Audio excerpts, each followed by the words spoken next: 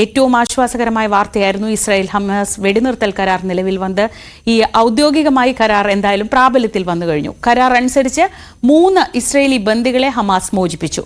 ബന്ദികളായിരുന്ന 3 സ്ത്രീകളെ red cross വഴി Israel സൈന്യം സ്വീകരിച്ചു.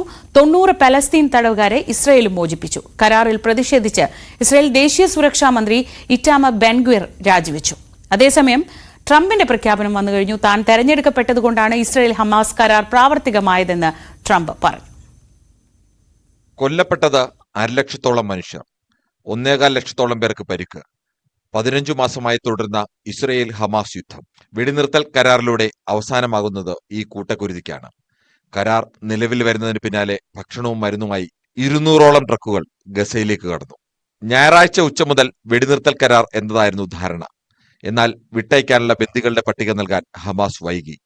പട്ടിക നൽകാതെ വെടിനിർത്താനാവില്ലെന്ന് അറിയിച്ച ഇസ്രായേൽ ഗസയ്ക്കുമേൽ വീണ്ടും വ്യോമാക്രമണം നടത്തി. മധ്യസ്ഥ വഹിച്ച ഖത്തർ ഇടപെട്ട പട്ടിക കൈമാറിയതോടെയാണ് അനിശ്ചിതത്വം അവസാനിച്ചത്.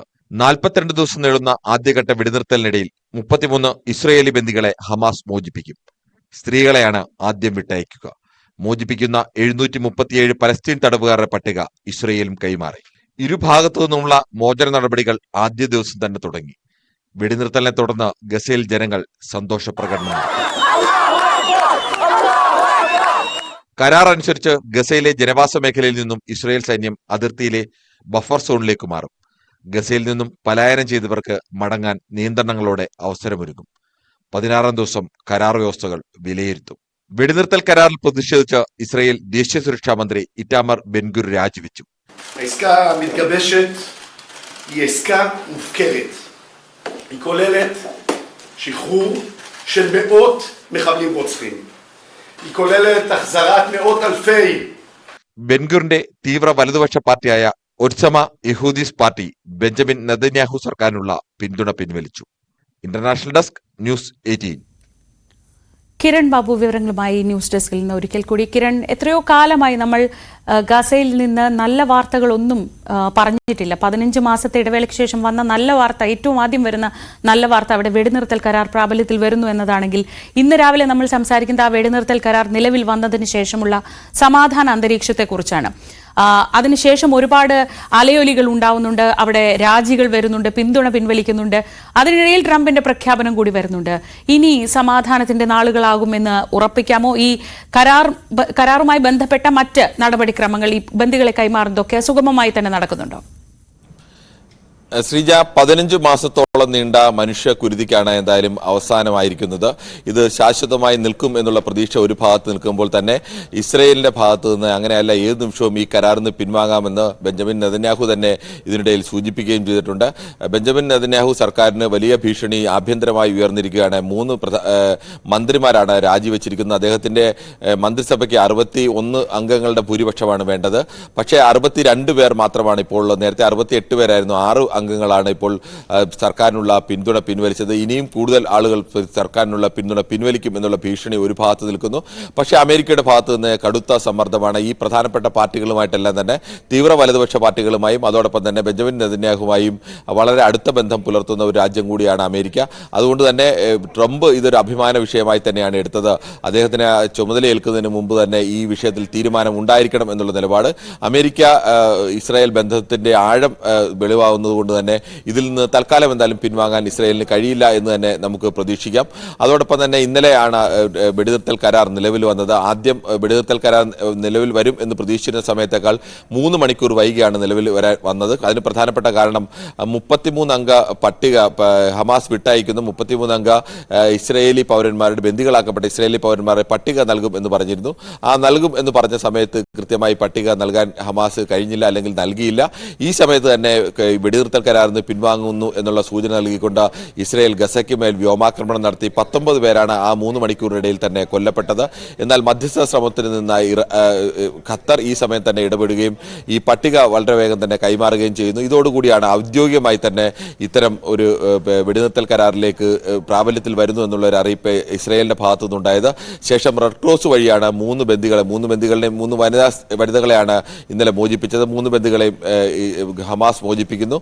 30 പേരെ 30 പലസ്തീൻ പൗരന്മാർ ഇസ്രയേലിന്റെ തടവിലുണ്ടായിരുന്നു. 30 പലസ്തീൻ പൗരന്മാരെയും ഇന്നലെ തന്നെ മോചിപ്പിച്ചു. ഇത് ആദ്യഘട്ടമാണ്. ഇനി 5-ാം ദിവസമാണ് ബാക്കി 5 ബന്ദികളെ കൂടി മോചിപ്പിക്കുന്നത്. എല്ലാ ബന്ദികളെയും 42 ദിവസം നീളുന്ന ഒരു പ്രോസസ്സാണ് ആദ്യഘട്ടം എന്ന് പറയുന്നത്. ഈ പ്രോസസ്സിൽ വിവിധ ഘട്ടങ്ങളിലായിട്ടാണ് പരസ്പരം ബന്ദികളെയും അതിന് പകരം തടവുകാരെ മോചിപ്പിക്കുന്നത്. ഒരു വനിതാ ബന്ദിക്ക് പകരമായി 50 തടവുകാർ എന്ന കണക്കിലാണ് ഹമാസും ഇപ്പോൾ ഇസ്രയേലും തമ്മിൽ കരാറുണ്ടാക്കിയിരിക്കുന്നത്.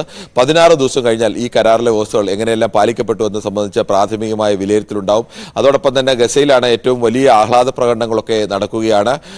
റഫേൽ നിന്നൊക്കെ വിട്ടുപോയ പലായനം ചെയ്തപ്പെട്ട ആയിരക്കണക്കിന് ആളുകൾ കാളവണ്ടിയിലും കാറുകളിലുമൊക്കെ ഇപ്പോൾ തിരികെ രാജ്യത്തേക്ക് വന്നുകൊണ്ടിരിക്കുകയാണ്. ആ ജനത്തെ സംബന്ധിച്ചിടത്തോളം ഏത് നിമിഷവും അവരുടെ ജീവൻ നഷ്ടപ്പെടാം എന്നുള്ളൊരവസ്ഥയിൽ നാട് വിട്ടു പോയവരാണ്. കയ്യിൽ കിട്ടിയതുമെല്ലാം എടുത്തുകൊണ്ട് എങ്ങനെയും ജീവൻ രക്ഷിക്കുക എന്നുള്ള പ്രാഥമികമായ ലക്ഷ്യം മാത്രം മുന്നിൽ കണ്ട് നാട് വിട്ടു പോയവരാണ്. പലരുടെയും വീടടക്കം നഷ്ടപ്പെട്ടു പോകുന്ന അവസ്ഥയുണ്ടായി. ഉപഗ്രഹ ചിത്രങ്ങളും ആകാശ ദൃശ്യങ്ങളും ഒക്കെ നമ്മളടക്കം കണ്ടു.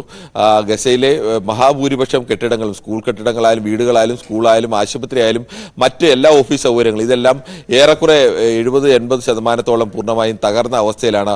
ആ രാജ്യത്ത് അത്രത്തോളം പുനർനിർമ്മിക്കണമെങ്കിൽ തന്നെ ഇനിയും എത്രയോ വർഷം വേണ്ടി വരുന്ന അവസ്ഥയാണ്. അതിലൊക്കെ വലിയ ആശ്വാസം എന്ന് പറയുന്നത് ജനങ്ങളെ സംബന്ധിച്ച് തങ്ങൾ ജനിച്ച വളർന്ന നാട്ടിലേക്ക് അല്ലെങ്കിൽ സ്വന്തം വീട്ടിലേക്ക് മടങ്ങി വരാൻ കഴിയുന്നു എന്നുള്ളതാണ്. ഇന്നലെ ഗസയിലെ തെരുവുകളിലും റഫേലുമൊക്കെ വലിയ ആഹ്ലാദ നൃത്തമായിരുന്നു അവിടുത്തെ ജനങ്ങളുടെ ഭാഗത്തു നിന്നുണ്ടായത്. ഇസ്രയേലിൽ വലിയൊരു വിഭാഗം ജനങ്ങൾ അവിടെ നടത്തിയ ഹിതപരിശോധനയിൽ വലിയൊരു വിഭാഗം ജനങ്ങൾ ഈ വെടിനിർത്തൽ കരാറിനെ അനുകൂലിക്കുന്നു. എന്നാൽ തീവ്ര വലതുപക്ഷ നിലപാടുകാരായ ഒരു വിഭാഗം ജനങ്ങൾ അതും അത്ര കുറവല്ല എന്നത് ഓർക്കണം. അവർ വിരുദ്ധ നിലപാടാണ് സ്വീകരിക്കുന്നത്. ഹമാസിന്റെ എല്ലാ പ്രവർത്തകരെയും പൂർണ്ണമായും ഇല്ലാതാക്കി ഹമാസിനെ തന്നെ ഇല്ലാതാക്കിയ ശേഷം മാത്രമേ യുദ്ധം അവസാനിപ്പിക്കാവൂ, അല്ലെങ്കിൽ ഗസയെ പൂർണ്ണമായും തുടച്ചു നീക്കിയ ശേഷം മാത്രമേ യുദ്ധം അവസാനിപ്പിക്കാവൂ എന്ന നിലപാട് സ്വീകരിക്കുന്നവരും ഇസ്രയേലിലുണ്ട്.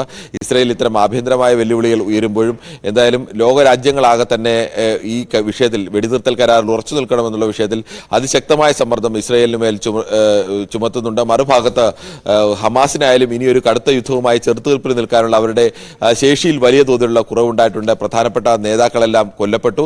പ്രധാനമായും അവരുടെ കമ്മ്യൂണിക്കേഷൻ സംവിധാനവും ആയുധം രാജ്യത്തേക്ക് എത്തുന്ന സംവിധാനങ്ങളുമായിരുന്നു. ഇത്തരം സംവിധാനങ്ങളൊക്കെയും മുറിക്കാൻ വളരെ കൃത്യമായി തന്നെ തകർക്കാൻ ഇസ്രയേലിന് കഴിഞ്ഞിട്ടുണ്ട്. അതോടൊപ്പം തന്നെ മറ്റ് പ്രധാനപ്പെട്ട സംഘടനകൾ അവർക്ക് ആയുധങ്ങൾ എത്തിച്ചിരുന്ന പ്രധാനപ്പെട്ട ഗ്രൂപ്പുകളുമായിട്ടെല്ലാം അവരുടെ അവരുടെ സോഴ്സ് എല്ലാം അടയ്ക്കാൻ പൂർണ്ണമായും ഇസ്രയേലിന് കഴിഞ്ഞിട്ടുണ്ട്.